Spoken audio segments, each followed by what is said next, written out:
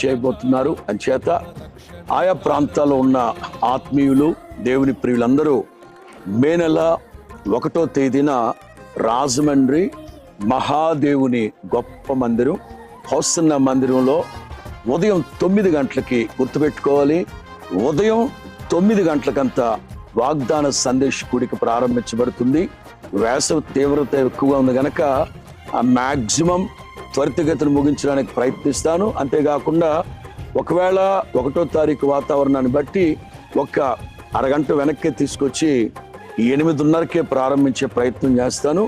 ఆయా ప్రాంతాల్లో ఉన్న వాళ్ళందరూ త్వరపడి సిద్ధపడి పెందలకడనే దేవుని సన్నిధికి వచ్చినట్లయితే చక్కగా ఎక్కువసేపు చక్కగా ప్రభువుని ఆరాధించుకొని అలాగే నూతన కీర్తన పాడుకుంటూ వాగ్దాన సందేశాన్ని కూడా మీరు పొందుకొని చక్కగా భోజనం చేసుకొని చల్లపూట బయలుదేరి వెళ్ళడానికి అవకాశం ఉంటుంది. ఖచ్చితంగా మే నెల 1వ తారీఖున ఉదయం 9 గంటలకి దేవుని చిత్తం మీద కొంచెం ఒక అరగంట వెనక్కి తీసుకొస్తాను.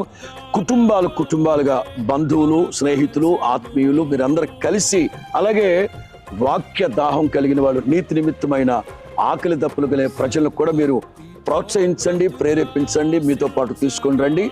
వాగ్దాన సందేశ కూడిక ముగించిన తరువాత స్వయంగా నేను బాప్తిసాలు కూడా ఇస్తాను. మీరు సిద్ధపడండి, ఆ దిశగా రండి.